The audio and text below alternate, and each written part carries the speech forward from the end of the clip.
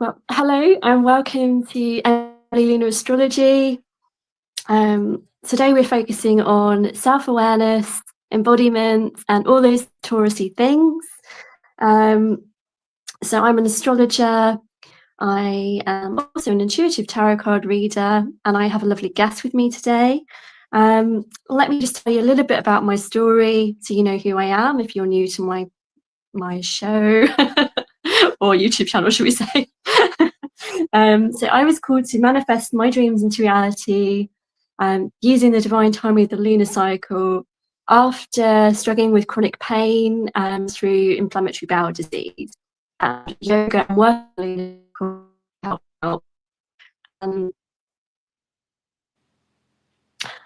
Sorry if you lost me there. So I'm going to read something.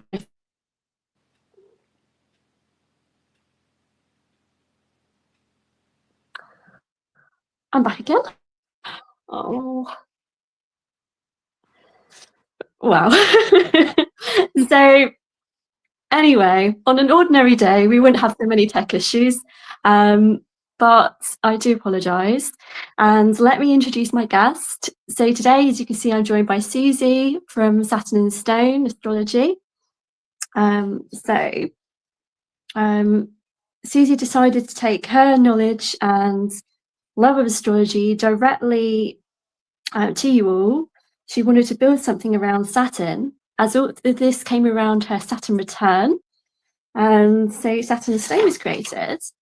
And with astrology, Suzy believes you can find out how to follow your destiny and use your chart to its full potential. And nothing is set in stone when it comes to astrology. So thank you for joining me. Hey. I'm sorry, I'm so on edge that it's going to pause again. I know, it's so weird. No, we're good.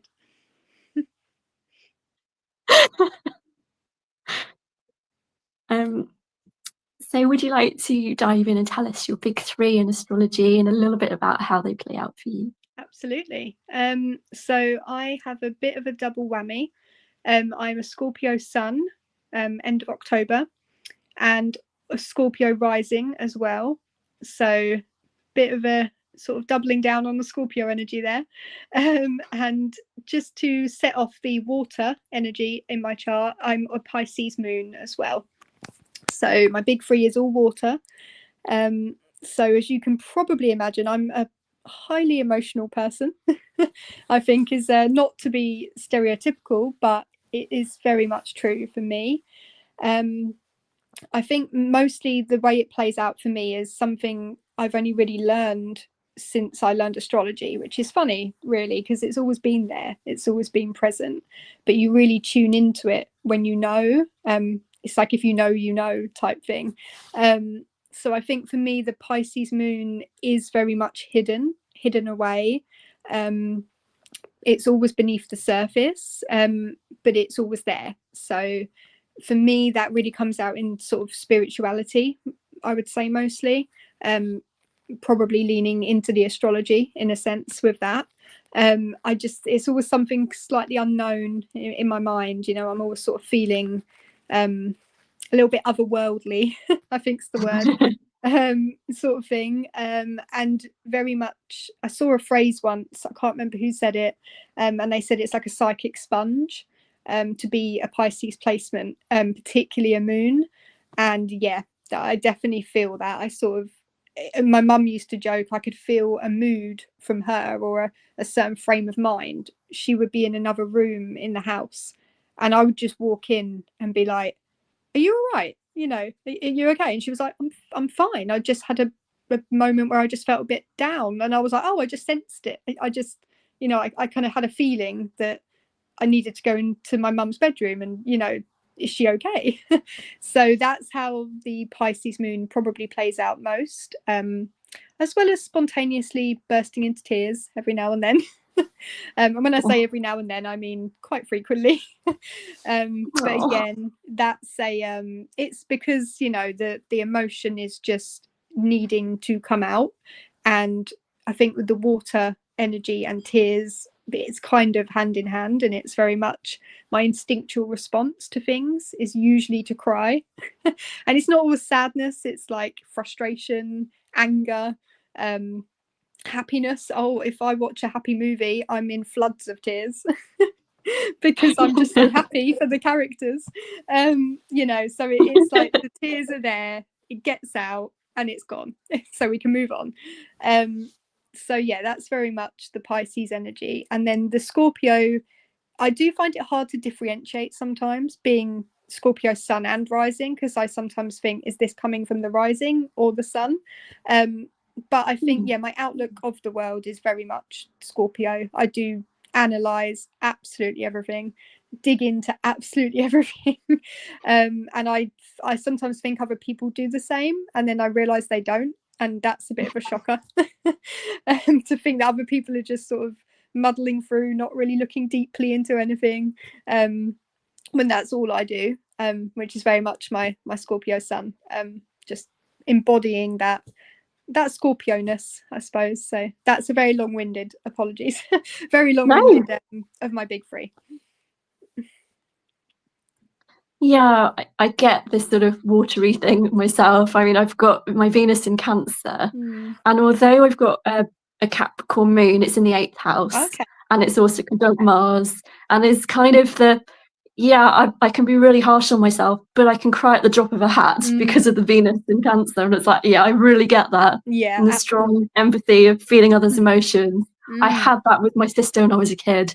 Literally, we'd have similar dreams, or if she was struggling with something at school, she'd come home and like, I was so worried about you today. And she's like, yeah, I had a really bad day. Like, exactly. But I mean, obviously there's that separation sometimes when you grow older, or when you less connected to someone. But yeah, I do see that empathy and like deep compassion and feeling, and it can be the separating of your emotions versus someone else's, and it's where do they meet? Where are you separate?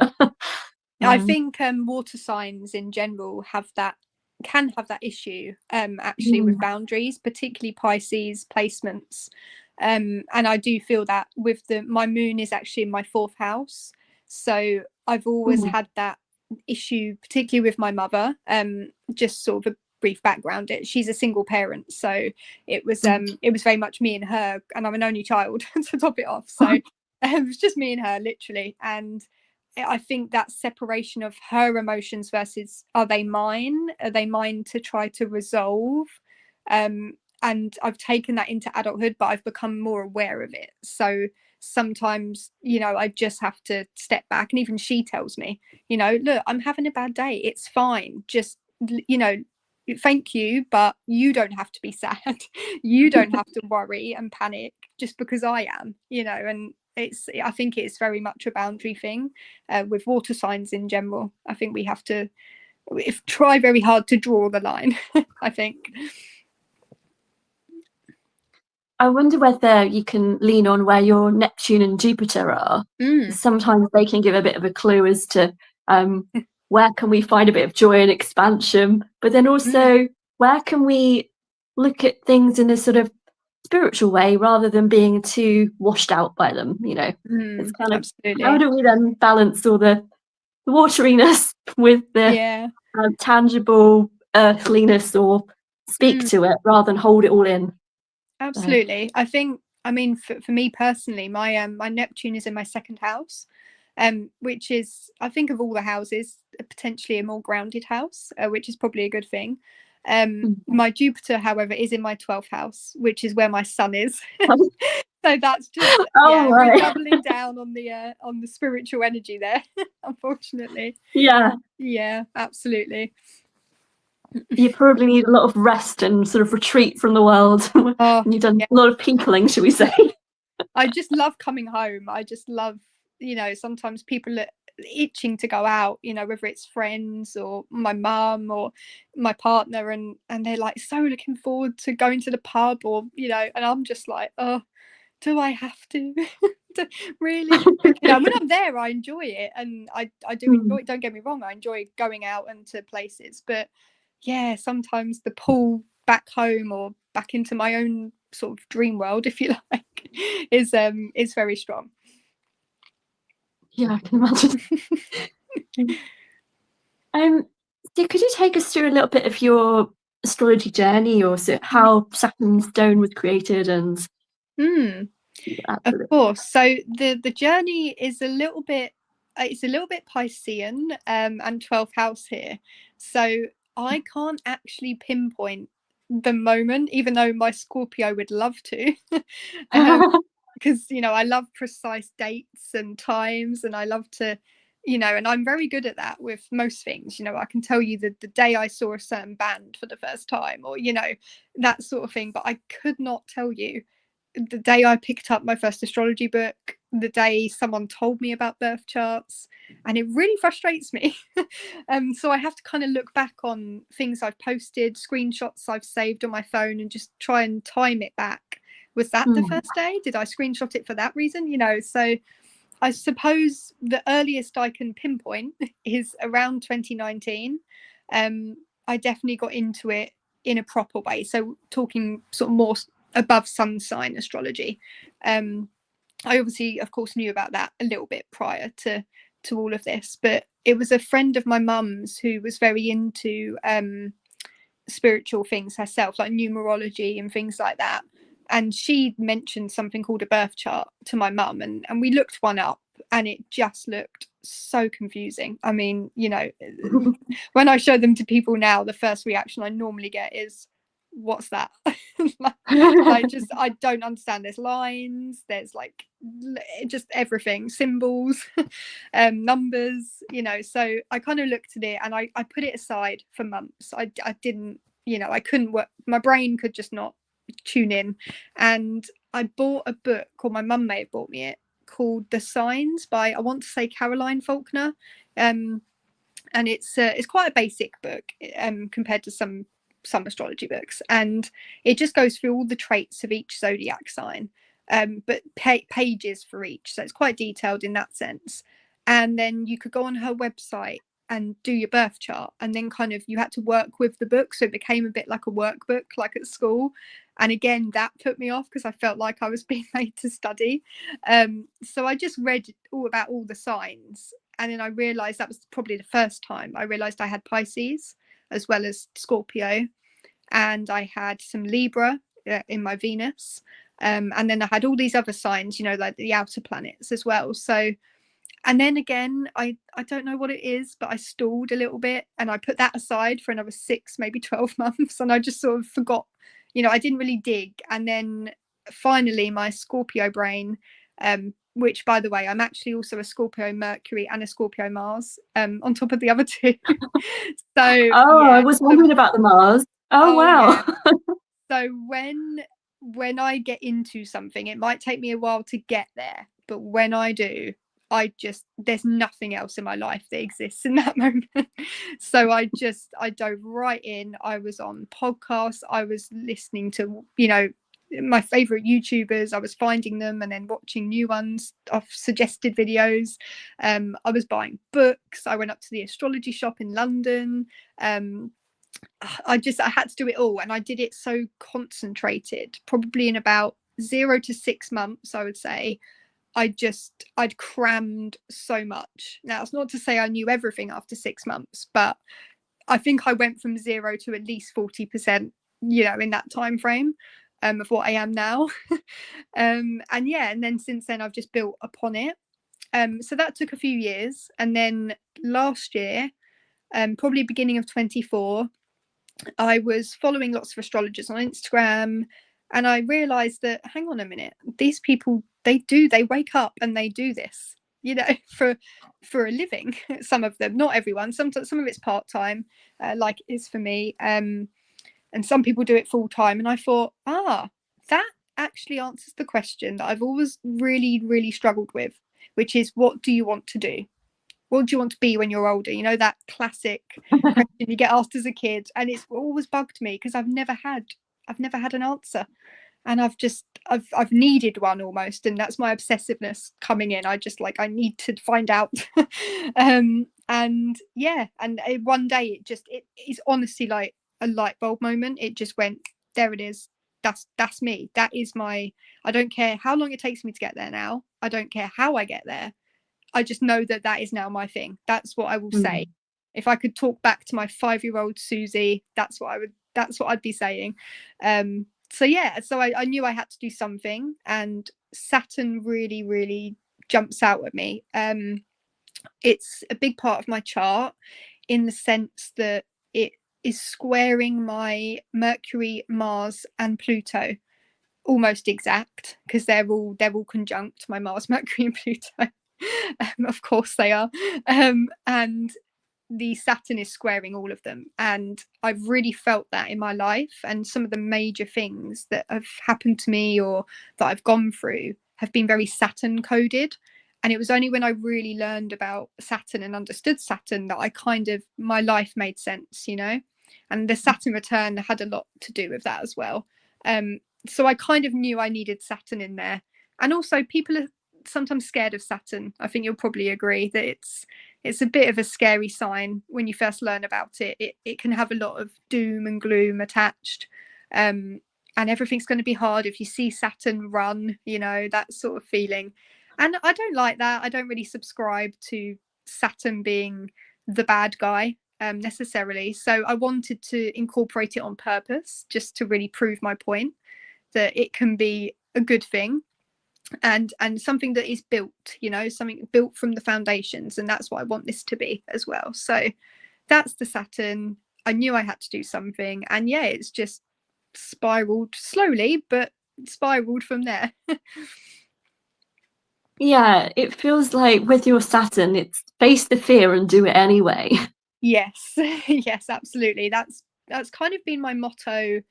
So I'm not saying my whole life, but I think as my Pisces moon tends to want to run a little bit sometimes and escape. So I have battled with that element of it. But there was one incident. I don't want to bore people with too much storytelling, but yeah, it kind of makes sense with we're talking about Saturn. So one major thing, the feel the fear and do it anyway. That's just struck me. So I don't know how old I was, but I suddenly, I don't know, I gave myself, I think, a fear of flying on airplanes. So I'd gone on holiday a couple of times as a youngster, no problem, not at all, didn't even think about it.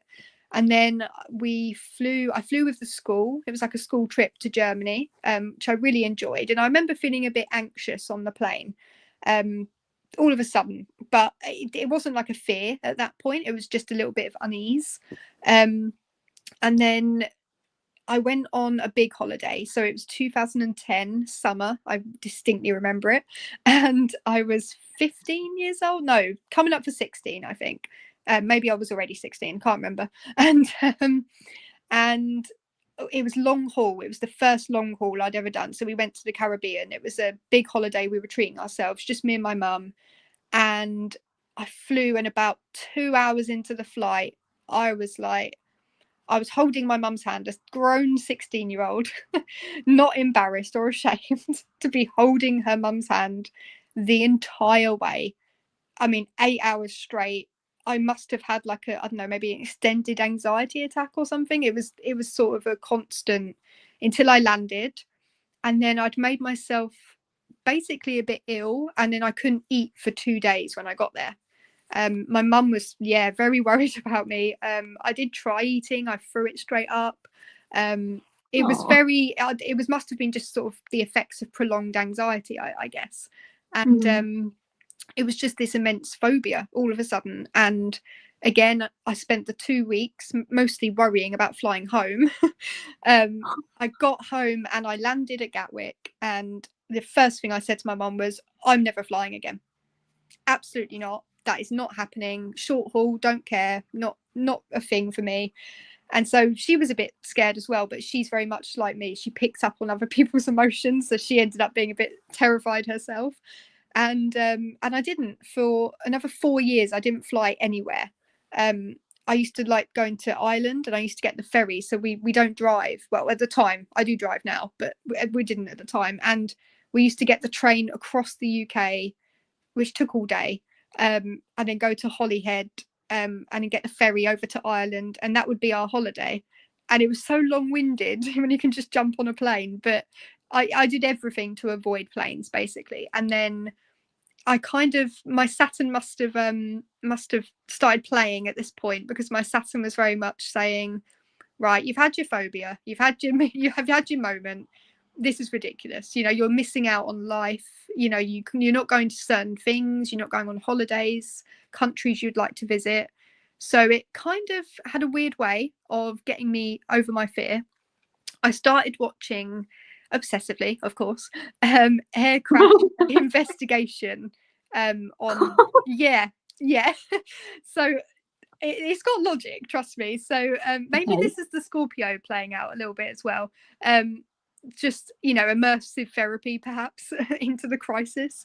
And I watched episode after episode, and what it did is it taught me about planes, because obviously there's the crash part, which is like 10 minutes of the program, and then they go through what went wrong, how it went wrong, you know, the investigation part afterwards, and then how they made it better. So that plane crash can basically rarely happen again, because they know how it happened and they fix that little problem, or the pilots have better training, or, you know, so all of this kind of weirdly put my mind at rest in a way. It's hard to explain the mentality behind this, but it worked. And Saturn was just sort of telling me, look, this is what it is, this is how a plane works. So then I got kind of into planes a little bit and started, you know, watching plane documentaries, and, you know, Heathrow Airport on the Channel 3 and all this, and I sort of immersed myself in the topic so that I could come through it and fully understand it, because I do believe understanding things is like the power sometimes to coping with them, or to getting through them, particularly with phobias. And yeah, and so I learned everything I could, and then I got on a plane, and yes, it was terrifying the first time I did. Kind of short haul, went to Italy, but after time it got better, and I do believe that was Saturn making me go through the hardship. You know, each flight got a slight bit better, but it was long and slow. It wasn't like first flight I was fine. It was very much, I had to do about 10 flights probably before I got back to a coping type place. And yeah, and I'm obsessed with planes still to this day. I have Plane Finder on my phone, and I just like to look at, oh, where's that one going? And, you know, so it's kind of, I wouldn't say I enjoy flying, you know, I'm not one of those people that now loves it and wants the plane to hit turbulence so it feels like a roller coaster, but I'm at peace with it, and I work through it in a very Saturn manner. So long-winded story, but I feel like if you're looking for a Saturn story, that's probably one of my favorite ones, because it's the power of the slow burn, you know, the sort of taking a struggle and understanding you may always have that struggle as well, but you can work best with it. And I think for me, that's the big thing about Saturn. Yeah, because Saturn is that sort of time lord of the zodiac even. Yeah. And what came through, sometimes I get intuitive hits, just to warn you. That's all right. It's fly me to the moon, let me play among the stars. Let me see what life is like on Jupiter and Mars. Love that. So yeah.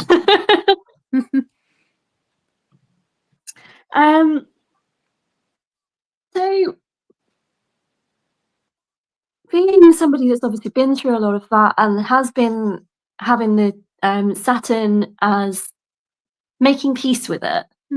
Actually, I'm going to give Saturn its grace. Saturn, for people who don't know, it's not just all about fear. It is our planet that talks about strength. It rules the spine in medical astrology, and we need a mixture of both Saturn and Jupiter to grow in life.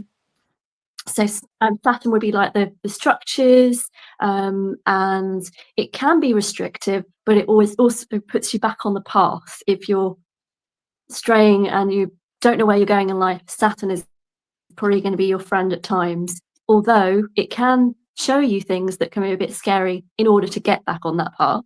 Jupiter can expand in such a way that there's overindulgence and things, but at its best, Jupiter then brings us that joy factor, expands things that we love, luck, abundance, all those beauties, along with Venus, that is also a planet that we associate with beauty and beauty, and what else would you say? So obviously the kind of stereotypical word that always jumps out for me is love, but not love. Yeah, so not just love as in, you know, very basic, but sometimes I feel like it's what do we value as well, you know, sort of values, and the things we love are often the things we value as well, so they kind of overlap a little bit. So yeah, definitely love and value. Yeah. So then getting back on track to some of the things that we were going to talk about as well. So if somebody came to you for a reading, what would that look like generally? So for me, I've probably made more work for myself by doing it, of course. But I'm very much, everyone is different. So therefore, everyone's going to need a different approach. So when I first started, obviously clients, you have to build that up over time. And I didn't have any to begin with. Absolutely, you know, happy to say that. And you have to reach out to friends and family and, you know, people, you know, acquaintances. And one of the first people was my partner's mother. Now, I know her fairly well, and I knew it's not really her bag. You know, it's not really, she doesn't disbelieve. She's not, you know, she's just very busy. She's just a busy person who doesn't really have time to sort of sit and have an hour, 2 hour long reading with me on Zoom. You know, she lives in Spain, so she's not local anyway. And I thought, well, how can I sort of do something for her and get her support? And I needed reviews, you know, get some reviews so that people could see what I do. And I was like, I will do a written report for her. So let's take out, and she can sit and read that in her own time then, you know, when she isn't busy, maybe a chapter a little bit before bed every night. And so I went on Canva and I just sort of created a little sort of info sheet for her, about 4 pages long of A4, which was enough for her. And then I sort of priced it accordingly. And yeah, for her, that was perfect because she just picked it up and either printed it off, or maybe she didn't print it off, I don't know.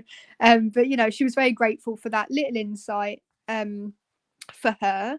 And then you've got like the other scale, which is full hour and a half long, always goes into 2 hours because I have no sense of turning things off. And as I'm sure you're the same. And yeah, so they're very much my in-depth, and they turn into chats as well as me just talking at people. They turn very much, they go down their own paths, I find, so they almost become a bit intuitive in that sense. You know, people will bring up a placement and then they'll go off with a story that may link back to childhood, and then I'll pick up on that and I'll start jumping around the chart, picking up those things that I feel they need to know, or that they maybe need answers to. And then I get to the end and I think, oh gosh, we didn't even cover the third house. We didn't even cover Mercury barely, because we were so busy talking about the seventh and their moon. You know, and that's the way it goes sometimes. And I do think it's what people need is going to vary every single chart I've ever done. And they come up with questions, you know, halfway through, and they're a bit scared to ask them because they don't want to take me off track. But I always say, I pause after sort of every little thing I say, I'll pause and go, you go, anything you just want to say, I don't care what it is, and then I'll follow it.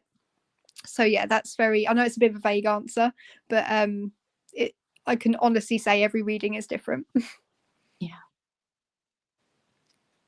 Yeah, I've had some beautiful reviews recently. I was part of this beautiful Australian mastermind with my friends. So shout out to Anna from Virgo Alchemy. Mm-hmm. But yeah, not really done anything with the reviews yet. I was thinking, right, I'll put them on social media and also on my website at some point. But yeah, 5 lovely ladies that were having readings one after the other. So it's quite exhausting to do 5 readings right off like that. But beautiful experience as well. Wonderful. Because if each one resonates, and then gives you that little bit of feedback afterwards, or just lets it sink in. And Anna was graceful enough to give the recordings to them as well, and I then followed up by giving them my slides and their natal chart as well. So yeah, lovely experience. Yeah, I know what you mean. Each client, they're all people. Every person that you go to is different, and you never know where someone's chart is going to lead you, either from the client or from your own realizations. And I love how when you get little echoes as well. So there'll be a different planet in a sign that shows you a very similar story to somewhere else in the chart. And you think, well, why is that showing the same story? And you think, because that's what the client really needs. This is one of their big lessons in life. It might not be classically or Saturn or the North Node or whatever. It's just because there's lots of different things pointing to similar things. You realize, well, all of this together is actually shaping this person's future or what they need to grow through. And then if you put some Chiron in the mix, which is the healing asteroid for people who don't know this one, we come in sometimes with a bit of a wound that needs healing over time. And some people find that in itself can push people to be motivated more so than Mars, which is that planet of energy and drive. And it's like, well, where are we going to go with all of this? But it's only when you put a person to the chart that you realize exactly what that person needs in that moment. Absolutely. And that will change. Yeah. And this is, I think, one of my bugbears, if you like, with I don't know we'll call them skeptics, or people that don't believe. That's fine, but I'm not here to get anyone to believe. That's not my mission. But it's when you are talking and they come into conversation, and one of the first things is, well, tell me what sign I am, or tell me about myself. And I'm looking at them and I'm thinking, I can't do that. I'm not, with all due respect, I'm not a psychic. I'm not a fortune teller. Like, I don't have a crystal ball, and it doesn't work like that. I'm like surrounded by crystal balls. Yeah. Literally, but it's not going to make a difference.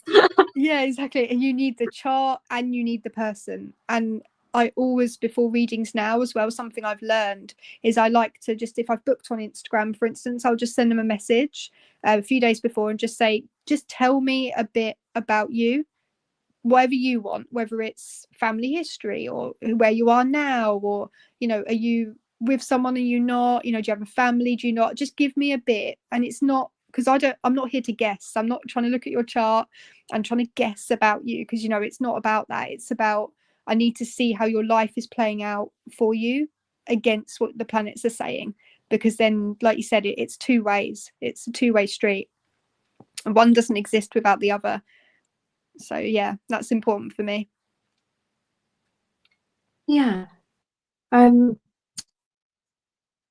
So I think, well, I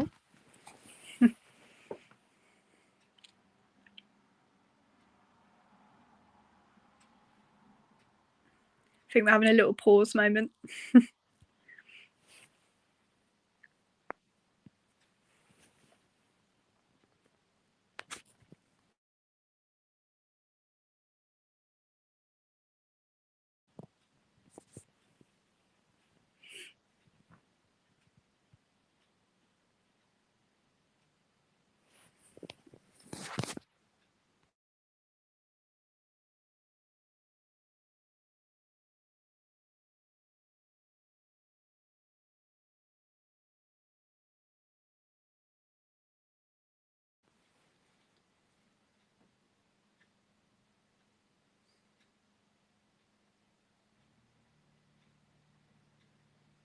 Oh dear.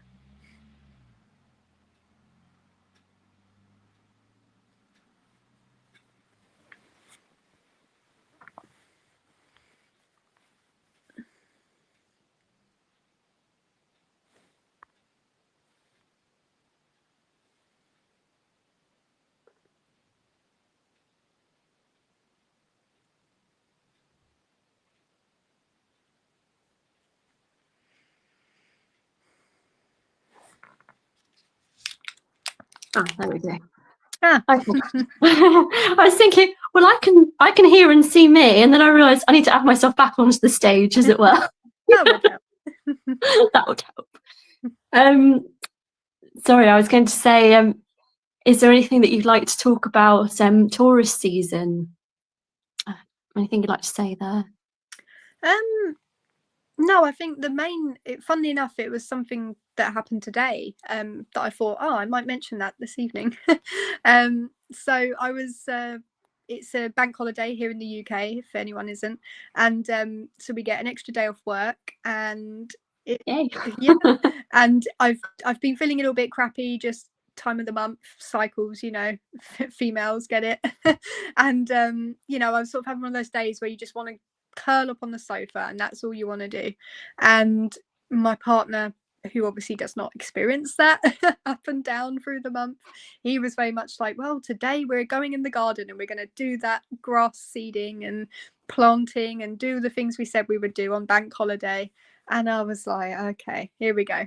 So so I just dosed up on some paracetamol and things, and I was out in the garden, and it was I was just getting my hands dirty, planting some new flowers and pulling up some old ones, and I kept finding snails absolutely everywhere. Oh. And I'm getting really frustrated because I've never had that before. So and I just suddenly thought to myself, Taurus season, there you go. And it really kind of dawned on me, in Western astrology anyway, tropical astrology, the correlation between signs and seasons, and I just love that, and it really made sense to me.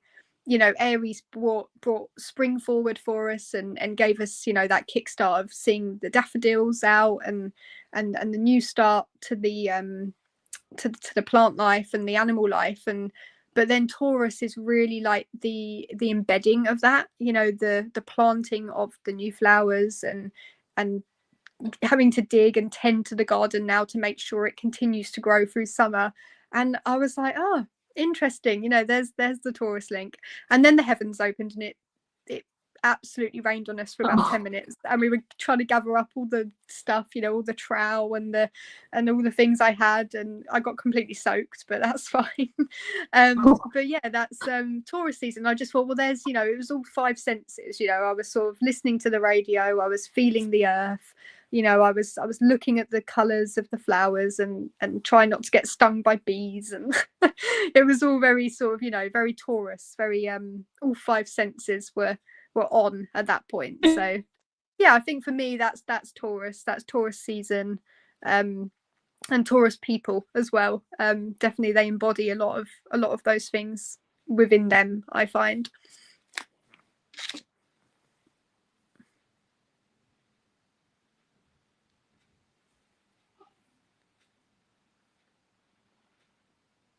Oh, I think are you there? Oh no.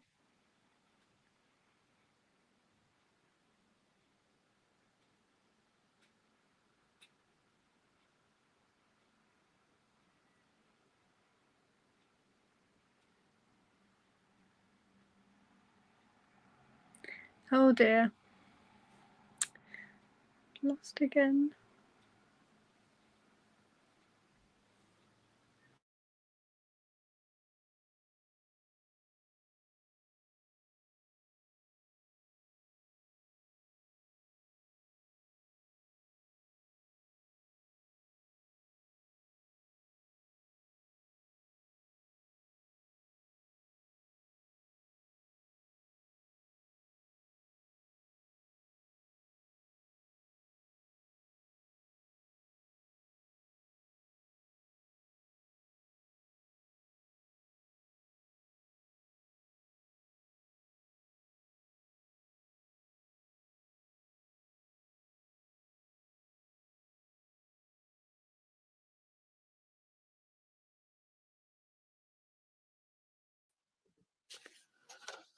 Oh, sorry again. Sorry, I took the opportunity to have a snack, so don't worry.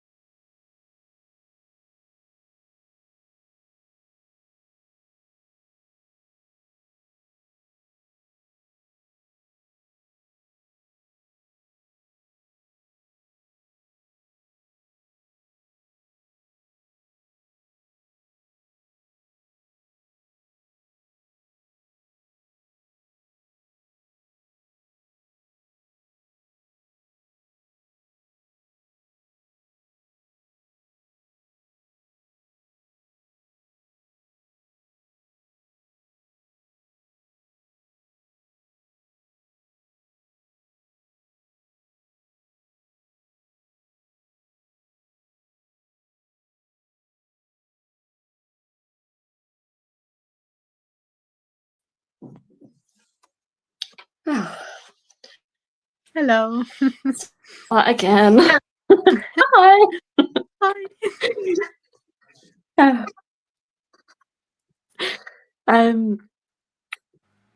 Right. Where to go?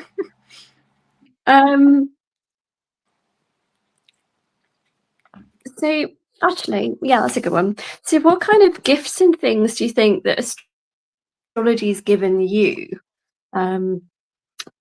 I think you mentioned about awareness and accountability and things within your full website bio. Yeah, I think for me, one of the biggest things would be acceptance. So self-acceptance. And that's the main reason I did it. Got into it and read up so much about it was because I had many questions that I wanted answered for myself. So the standard, why am I like that? Why do I do that? Why do I think this way? Why am I always doing the same thing despite much advice not to, all those kind of things. And I think it's an acceptance of when you see where, because there's always a where in your chart, there'll always be a place you can find it, and then you can accept it as that's why, and there is a reason, and it's not just me, because there's other people with those kind of traits in their charts as well. So yeah, definitely acceptance. It's the gift of acceptance, and then from there you can build accountability, and you can build the awareness up over time. So definitely accountability is one that I'm quite strong on, and I don't know if that's the Saturn influence in me, perhaps making me always take accountability, with that square to my Mercury, particularly in the way I think. But it's very much, yeah, it's sort of like sometimes we do things and we know that it's not always, we're not acting in our best interest or maybe other people's, and we sometimes have to accept that first, accept it, and then take accountability rather than blame it on our chart. So we could easily look at our chart and say, well, I'm a Saturn in the third, that's just the way it is. That's just the way it is, and I can't change it, won't change it, I'm always going to do that destructive potentially behavior. So one of a little story time just to link in with this. I learned to drive a little bit late in life because I didn't want to, basically. My mum had never driven, so I never drove, and it was just a bit of a thing, and I was happy with that to a point, and then I sort of realized it was limiting my job prospects and limiting me where I lived and all of this. And one day, I kind of mid-20s, I decided to start to learn. And when I did, I was what they call a very slow learner, which I'm not used to, because normally I pick things up very, very quickly, sort of things I'm interested in. So maybe it's that I wasn't that interested in it, perhaps. I don't know. But I was very slow. So I spent about a year, up to nearly a year, with one instructor. And I still hadn't even booked in for a test. Some people pass after 6 months, don't they? But I just couldn't do it. And I swapped instructors because he was a man, and that's fine. But I think for me, I have a lot of feminine energy in my chart, and I do resonate much more with females in my life. So I thought, okay, let's try a female, see if that helps.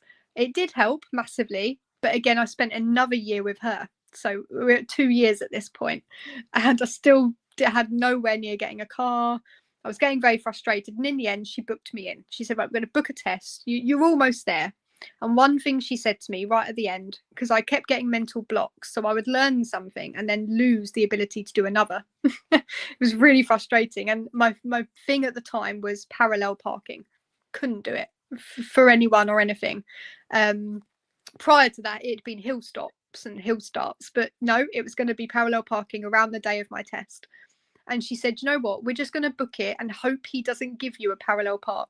That was her motto at that point. She said, we're just going to hope, cross our fingers, let's hope he asks you to do another one. And he did ask me to do another one, thank God. And I passed, and one of the last things she said to me was, you're getting in your own way. And that line it suddenly made sense. It just, everything that I'd gone through the past 2 years, and then obviously things in my other part of my life, I was like, yeah, that makes sense. I am doing that a lot, in not just driving, but mentally, physically, elsewhere. And I realized then, when I looked at my chart, because it was around the same time I learned to drive, I was getting into astrology, and I looked at my chart and I had Saturn square Mars. And one of the things that is very prominent about that is sort of sailing into the wind energy. Very much, you always feel like you're hitting a brick wall. Whatever you try and do, you feel like there's an invisible force pushing against you. And I felt that with the driving, and I always thought it was an external force all the time, and it's not me, it's not possibly me, it's everyone else, it's everything else. It's the silly car, it's not me. It's the way they're teaching me, and actually the accountability comes from realizing Saturn is square your Mars, yes, but when you're aware of that and you accept that, there are other ways to work with Saturn square your Mars, and it doesn't always have to be getting in your own way. You can actually use it for great good and for great responsibilities. And yeah, that's something that phrase that she gave me is always that's my accountability phrase. That is in my head. That's what I have to say to myself when I still do it to this day. Get out your own way. I was like, okay, good. It hurts sometimes to hear, but sometimes you do have to hear things.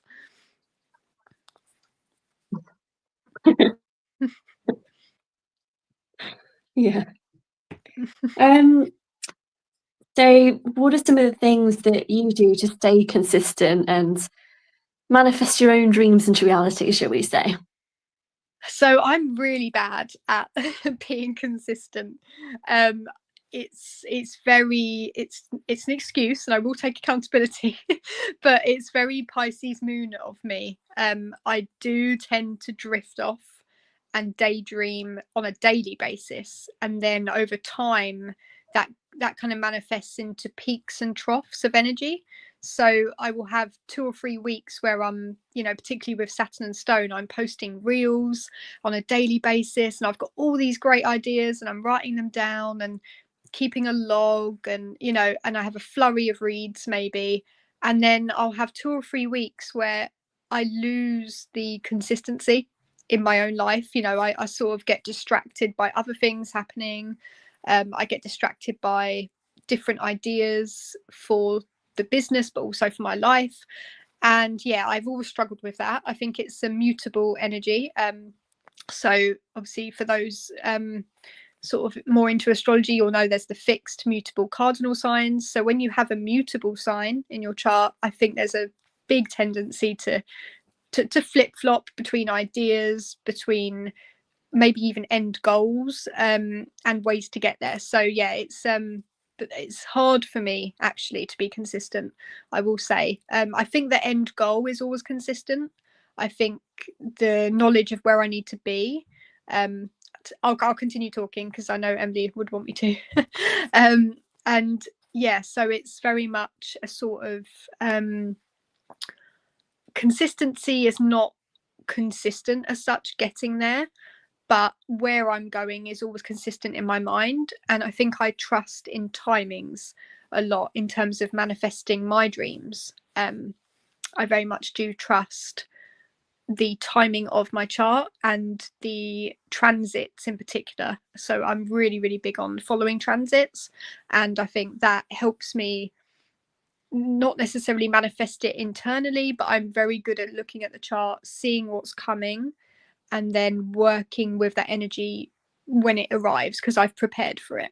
So I think that's big for me. Hopefully Emily will be back in a second.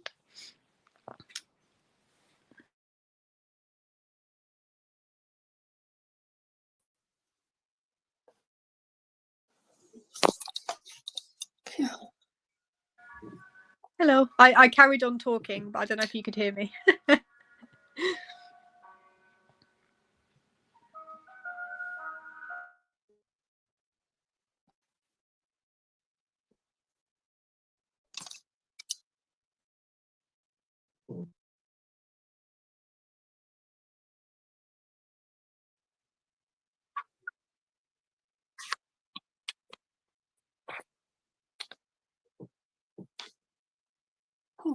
Um,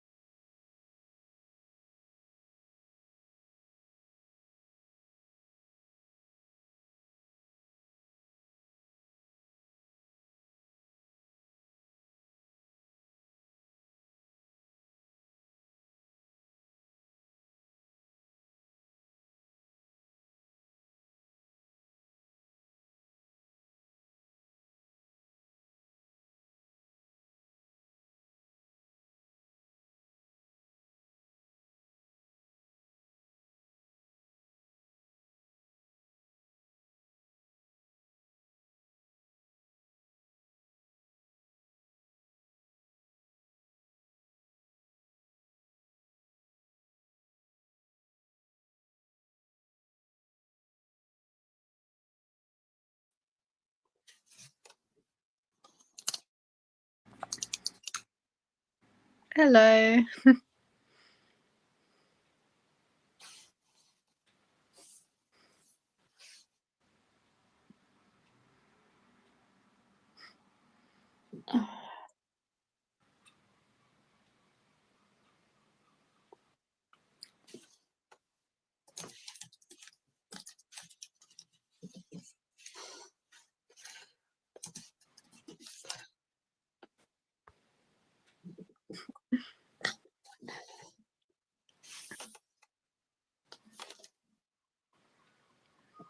You seem okay at the moment.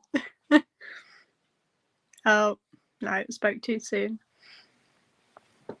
Oh dear.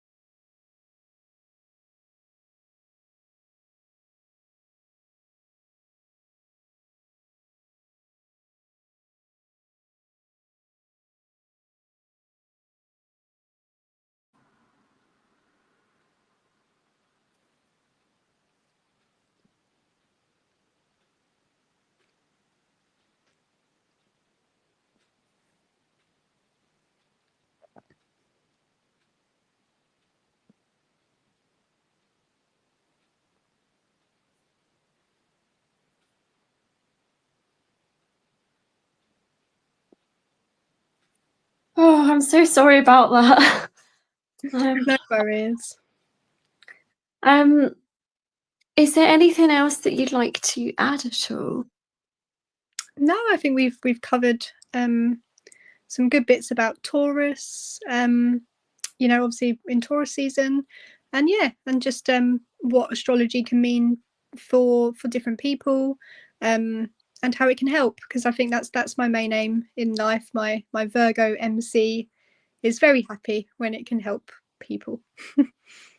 Definitely, yes. I mean, I don't know how much time you have, but we could potentially do a tiny bit on Instagram to just apologise and actually wrap up anything else if you wanted to. Yeah. But No, for that, I've got a little while if you do. So well, thank you to anybody who's joined us live, and anybody who sees us in the replay. I do apologise for how disjointed it's been, but I'm sure that there has been lots of valuable things that Suzy or myself have been able to pique your interest in, or give you some ideas as to how to combat any fears or lean into the beauty and the wonder of life, really, as Taurus season would have us do. exactly. All right, thank you so much, Suzy. Thank you. Thanks, Emily.